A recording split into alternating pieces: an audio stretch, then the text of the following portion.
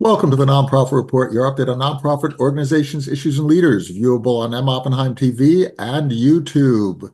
I'm your host, Mark Oppenheim, and today we're talking about the impact of theaters on communities with the leadership team from the Actors Theatre of Louisville, Robert Barry Fleming, Executive Artistic Director, Mac Thompson, who is the board chair, and Kate Roselle, who is Vice President of the board. And it's just so wonderful to have you all here. I am so excited about theater. I am so excited about your theater. And Robert, let's start with you because you're the visionary. You carry the artistic mission. I love your mission. So I'm not even going to go into that. Art, technology, social transformation, liberation. Now that is one hell of a combination. Could you talk a little bit about that mission and Sure, how that creates this sort of distinctive setting for your work and for the work of your artists? sure. Like the Constitution, our mission has remained consistent.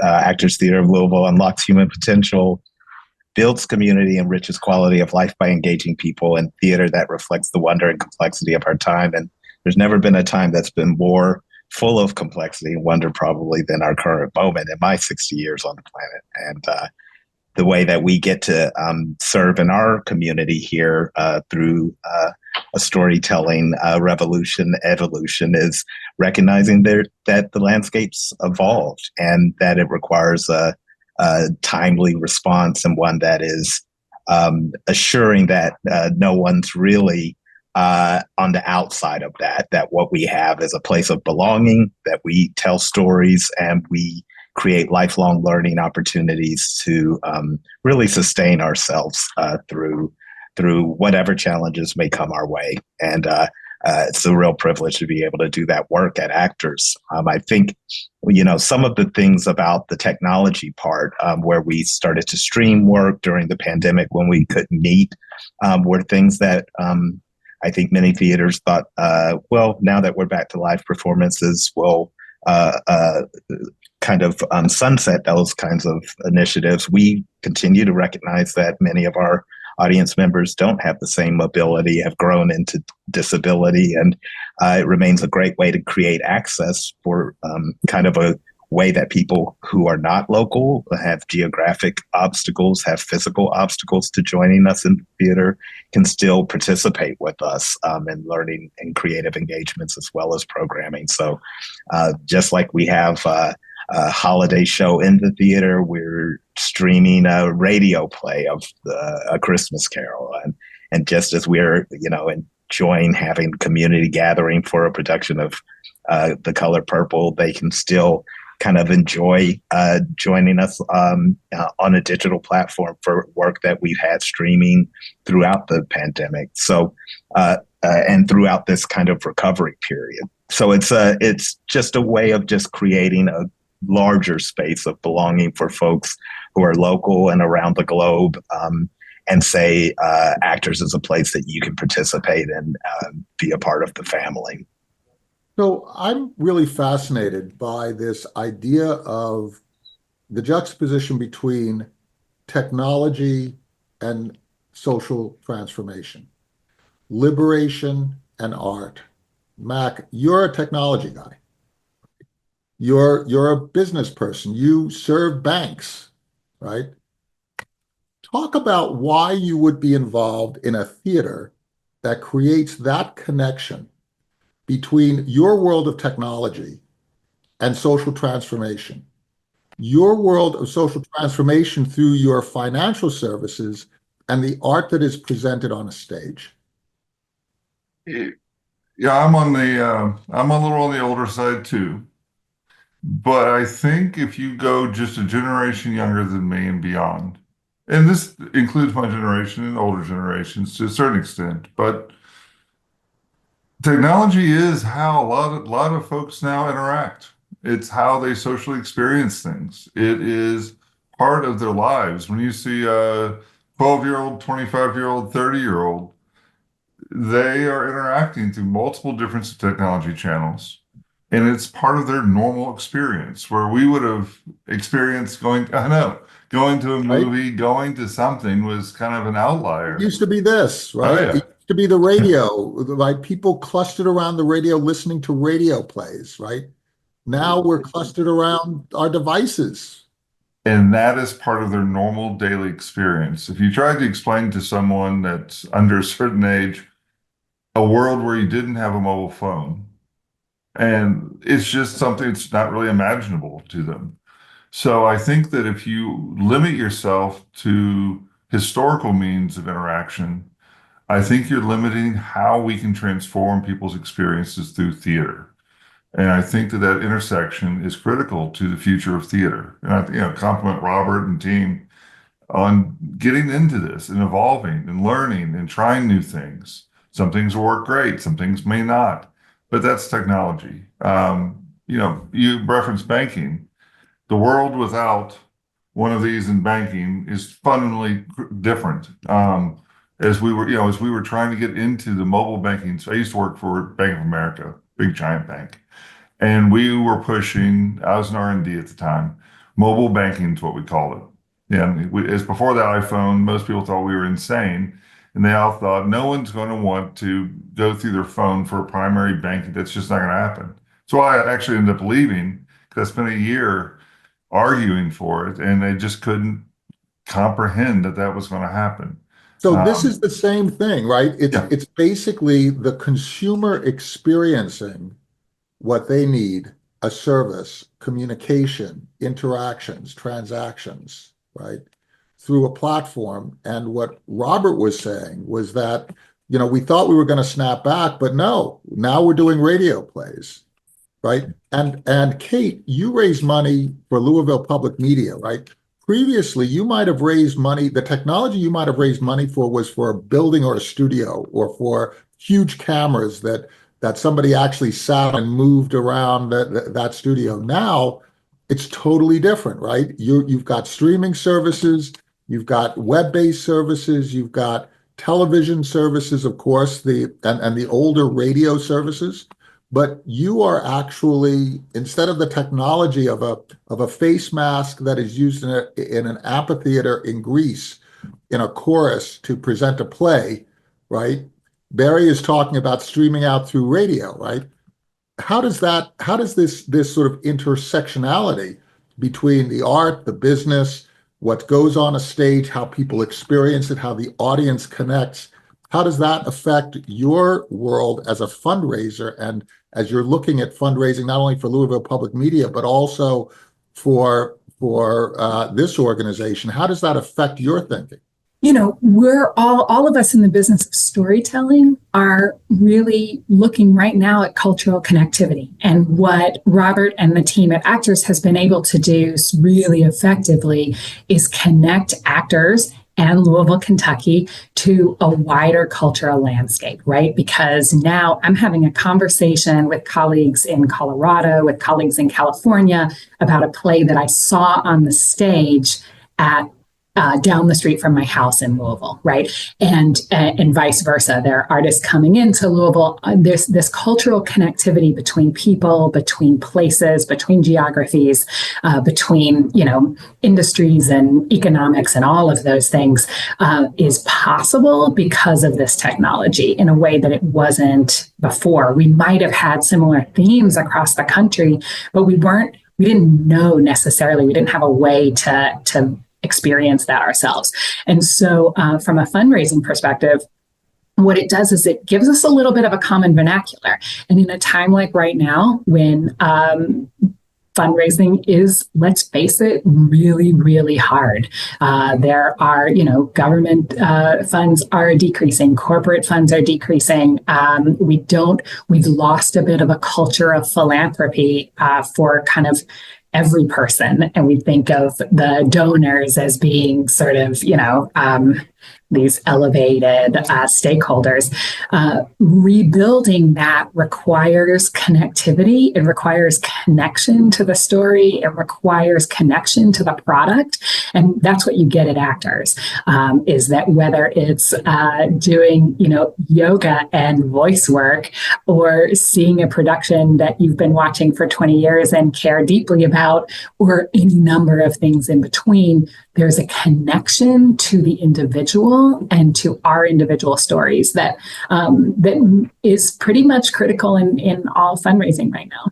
One of the things that I'd like to ask you about, Robert, is this idea of how works are staged today for this environment. I'm looking at the work by David Byrne and Fatboy Slim. So the play Here Lies Love, that was directed by Alex Timbers, right? That is about the Marcos regime in the Philippines, and the audience interaction is part of the show. It unfolds in a discotheque, right? But the audience is surrounded by the actual experience, and the audience surrounds the actual experience. Are you finding that audiences today are demanding a different type of experience than they did before, a different type of interaction, in order to not only come once, but come again and again, because they're anticipating the interaction in a fundamentally different way than sitting in those narrow, cramped seats, and just sort of, being held captive for, 90 minutes. Yeah, I think people love the diversity of what our research is showing, what our practical anecdotal experience has been. Those kinds of immersive experiences that you're describing with Here Lies Love, Mrs. Krishna's Party, an immersive event that we did with our global partners at Indian Inc.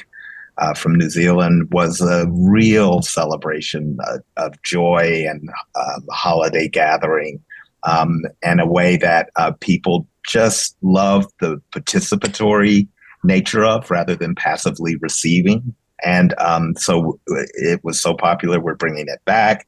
We have other opportunities that we have in our Storytelling Revolution Lab, but with a world premiere that I look forward to being able to announce later.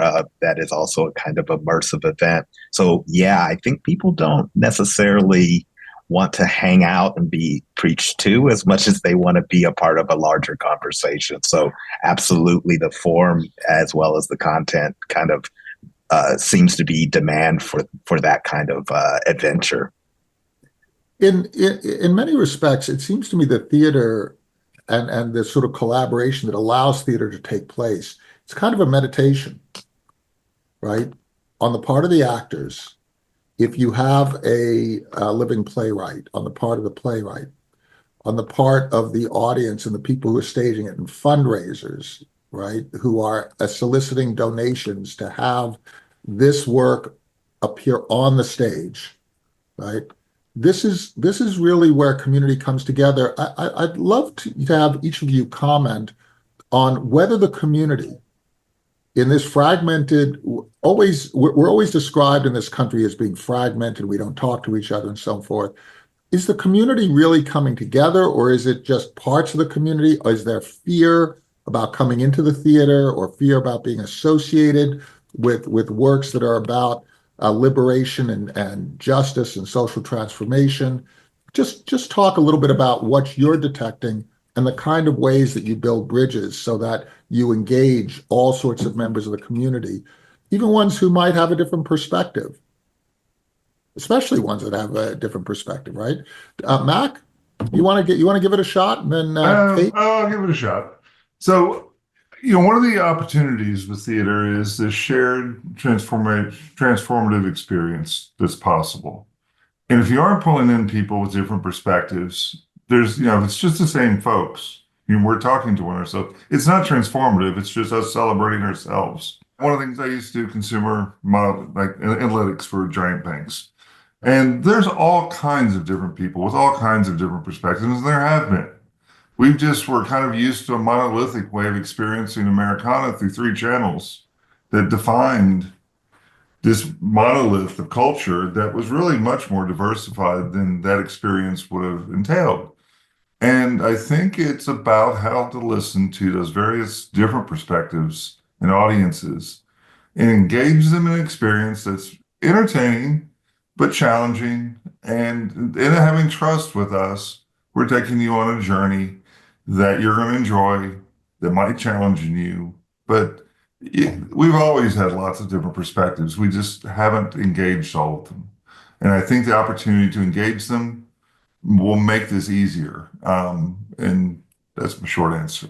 I had a discussion the other day where somebody was talking about the good old days, and they said, for whom? Right? For whom? It depends on who you were. And then he said, these are the good old days if we make them so, right, Kate?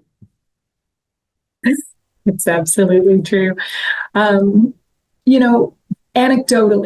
for me, I have been on the board just about a year at Actors, and not in Louisville, only about 6 years in Louisville. So I have a perspective that's very much centered in actors today, right? I don't carry a lot of context outside of larger national context around actors.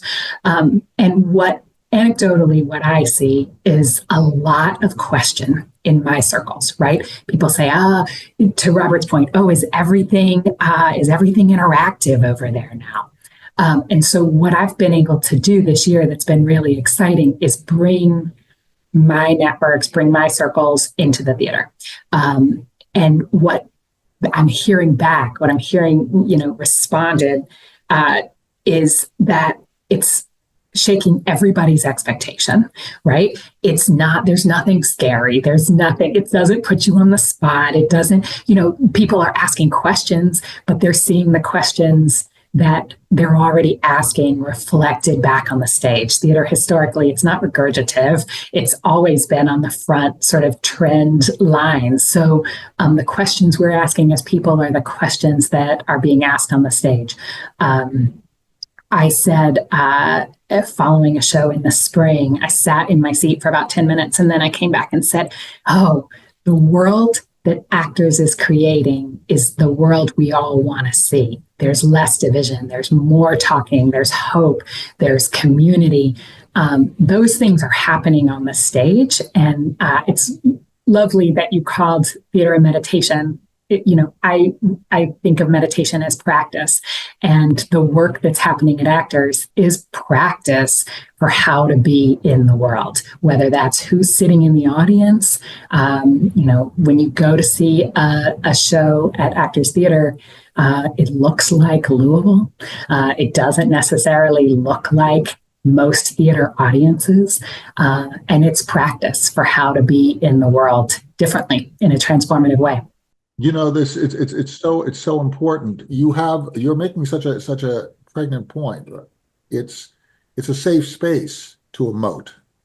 It's a safe space to say the politically incorrect. It's a safe place to yell at each other or experience joy. You sometimes experience or celebrate each other. Yeah. You're celebrating, but you're experiencing it through the actors on the stage. Robert, this is not all heaviness, though, right? I mean, you have a graham cracker that is running right now, which is a Nutcracker parody, right? You have a Christmas Carol, right? A work that was developed in serialized form by a guy who got paid by the word, and he wrote a lot of them very elegantly. That gets converted into plays, and now you've got this radio play that is streaming on demand. And then you have juxtaposed on that The Color Purple, which is about a human experience, but about the Black experience, right? Talk a little bit about how you shape a set of performances that addresses these various sensibilities of your audience, that remind people, make interconnections, take a old work and present it afresh. How are you thinking about your work as an artistic director so that you're keeping this vital and interesting and Kentucky-based, but with a view into the world? Yeah, we like to think of it as using the word glocal so that it is both a conversation with our international partners and fans as well as our local, and recognizing how small the world's become and how inclusive it can be if everybody's humanity is honored and welcomed, even in our differences. Thinking of differences as something to celebrate as opposed to a challenge to overcome.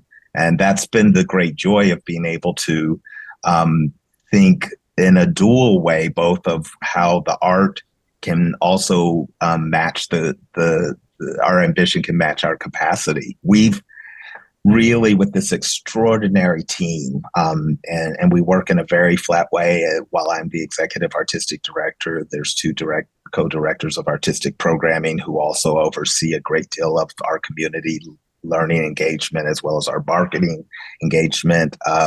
There's a lot of overlap in the roles of a team of less than 30 people in order to make all of the work work together. We have lifelong learning work with the community. People can come and they can take a songwriting class. They can do voice work. They can come and do yoga nidra and just rest, be in a safe place to rest. We also have a language acquisition program that we are doing in partnership with Louisville Metro, where people can learn not only languages like French and Spanish, but also Vietnamese and Swahili, because we have a very diverse immigrant community. We just want to make sure that Actors continues to be the place where you have that cross-cultural collaborative spirit, and that doesn't mean it's heavy. A lot of the work is based in comedy and fun and joy and celebration, without being in any way not substantive. That those things can coexist, that you can have a substantive topic that's explored in a fun way. With our production of Dracula, we got to equally have the thrills and chills of what Dracula brings and have a conversation about with Bell Hooks, our fellow, the late Bell Hooks was one of the best of what Kentucky had to offer around feminism and how feminism is for everybody, and just moving through those conversations of celebrating the incredible contributions of matriarchally led artists and artisans, social critics, folks who get to do and share their stories in a space that just celebrates everybody. And I have a great joy in being able to be a part of that with our partners. One of our big strategies has been really finding those ways to forge partnership and alliances. So we don't do any work that doesn't have a partner working with us to create a more rich community and co-creating that. And that's one of the great joys that in this year of being celebration as the State Theater of Kentucky that we're getting to do is celebrate all our partners in the community and all the great talent that makes up this community and all the committed and passionate people that want to support it. That helps ameliorate the decreased donations from individuals, foundations, and corporations. So I want to talk about Kentucky because I find art in Kentucky and the history of art in Kentucky to be incredibly interesting. One of my earliest interests was Bill Monroe, who is a Kentucky native, born in Roselle.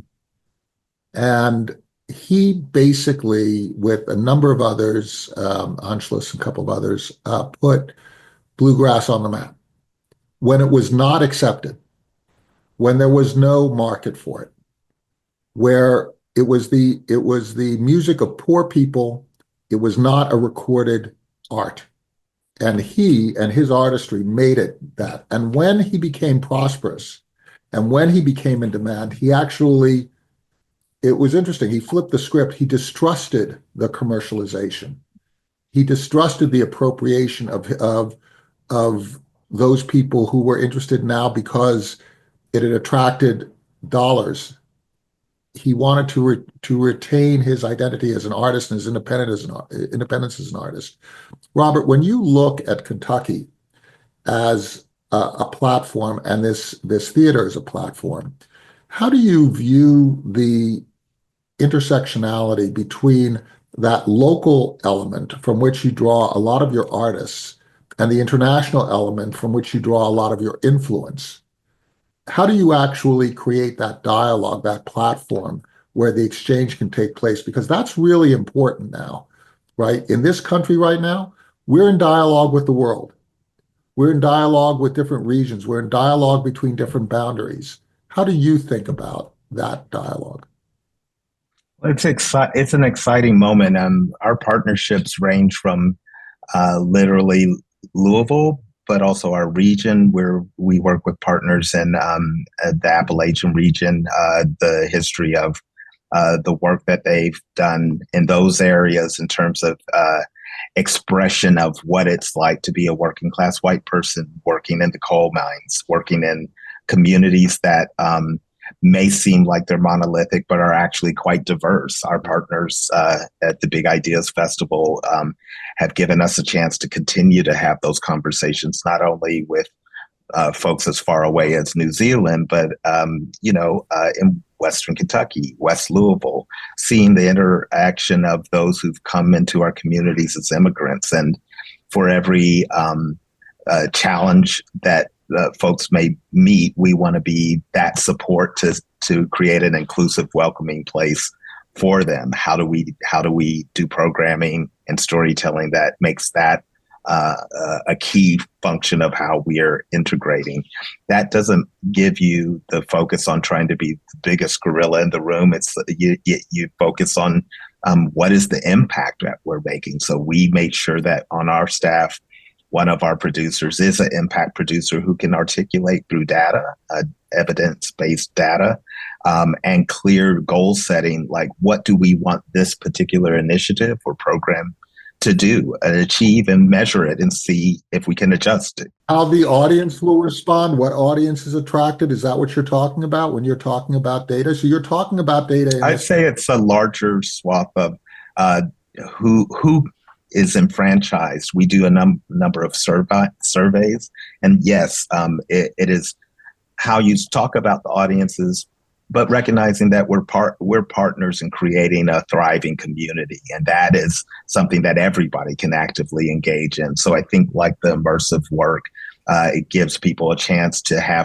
be a part of our community conversations, be a part of our ways that they get to articulate what their experience of being human is in this ecosystem, and how actors can be responsive to reflecting that on our stages, representing that in our classrooms, and creating a space that really is about sustainability economically, artistically, and recognizing how artists have always been at the forefront of that as much as any other discipline, as an essential service. It's important that a Black person understands somebody who might come from a Scots-Irish background. It's important that a white person understands the experience of someone who is Black or Hispanic or a new immigrant from some other country. It's important that the business support that experience of communication, of interaction, right? Yeah, and because all those we know details, right? We recognize there are all social constructions that have actual impact, depending on the narrative, and what is true for one community might not be true for another. So how do you have a conversation? How do you build the muscle to do something other than dominate or try to extinguish? How do you co-create in a space based on difference, rather than bring your own implicit biases to that conversation and say, well, this is just what it is. Well, it is what it is for for your community. If you're actively listening, you may find that it's a different experience for someone else, and that can deeply enrich in everybody's experience by And having it could that. be what it is for now, and then it changes, right, Kate? I mean, then it's something else. It's true. I mean, all of those things. And what I continue to be excited by, again, it's an anecdotal sort of personal story, but when Robert directed I Am Delivered with Dallas Theater Center, it's about a gospel church, and it's about sort of growing up queer in a gospel church and all of the dichotomy around that. I brought a family member who grew up in a very devout and very conservative church environment, not Black, not queer. But he said, he doesn't come to theater very often. It's not an experience that, it's just a part of his regular life. At the end of that, he was in tears and said he had never seen his own life reflected so well. So I think one of the other things that we get in this joyful sort of cross-cultural illustration on the stage is an opportunity to see that while there are a lot of experiences that we don't understand about each other and need deeper empathy and deeper understanding, there's also a ton of commonality that we ignore because of a particular characteristic and other each other, that if we're really watching, we can also find those places and start to talk to each other as humans and in a personal way rather than against a political divide. And that connects to the business side, right? I mean, there are businesses, Mac, that are purely transactional. I don't like those businesses. I'm trying to stay away from them. I'm trying to not have those experiences. I don't want them if I can afford it. Doesn't mean that I'm not after value, but I want to deal with somebody who I can trust. I really want to deal with somebody I can trust, right, Matt? Yeah, relationships. Banking can be transactional. It can be relationship. It's just my field. But unfortunately, banking's not delivered on that promise. We just saw 2/3 of people think that the bank doesn't really care who they are, in American consumers. But back to the business sense and the artistic sense are similar in many ways. But it's back, I agree with you on relationships. We may find that for some reason right now in our culture, we are identifying things of why we're different in a good or a bad way. The reality is we have a shared human experience where we have common experiences where people who may seem very different actually share a whole bunch of experiences in common. And like I Am Delivered, when we were talking about it, a great story executed well will transcend these lines and allow that shared humanity to be experienced, and in that experience transform how we may perceive those differences that are bad. It's not really differences, but it's really opportunities for conversation and growing how you think about humanity in your life, which is the power of theater to me. Robert, I don't know if you have anything to add to that. Yeah, I mean, we get to be the place where we determine what success looks like. Nonprofits, part of what we measure success by is, making sure that they're mission aligned metrics and make sure that we have the capacity to meet those. Again, that our capacity matches our ambition and that we're being responsible stewards, in that. And in terms of the dynamics of how we get to do that, is only limited by the imagination and the willingness to participate in that conversation in your own ecosystem. And fortunately, we've really got a really rich one, and it's like it gets to be a lot of fun when you have so many people who are so passionate, have so much expertise, are so engaged in making a difference, and and willing to make mistakes. That's one of the challenges, I think, as you get socialized, you just don't get to make mistakes, that it seems like it costs too much. And when you create a safer space where it's like, as Max said, some stuff's going to work, some stuff's not going to work. And you want both of those.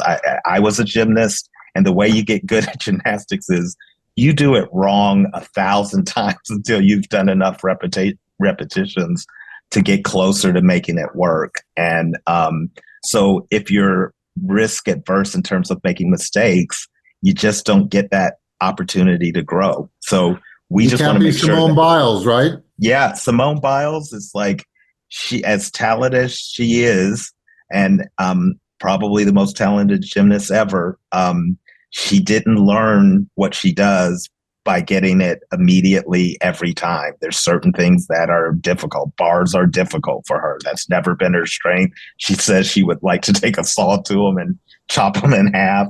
And yet she just kept working at it for years and years and years. And she's like, I can swing bars now. I actually could do it. Nobody's great at everything. And you just have to keep enough space, enough openness to get it wrong and not make that a deal breaker. And I think we're doing a good job at creating that kind of a space. A great lesson for our lives. And if any of you listeners are around Louisville, you must visit Actors Theatre, particularly during the holidays, where there is a holiday mix of Herschel and Hanukkah goblins, the Graham Cracker, a Nutcracker parody, and a Christmas Carol, a radio play streaming on demand. Thank you so much for helping us to understand your work. Thank you for enriching our lives by explaining your thinking to us so that we can adopt it. Robert Barry Fleming, Executive Artistic Director, Mac Thompson, Board Chair, and Kate Roselle, Vice President of the Board.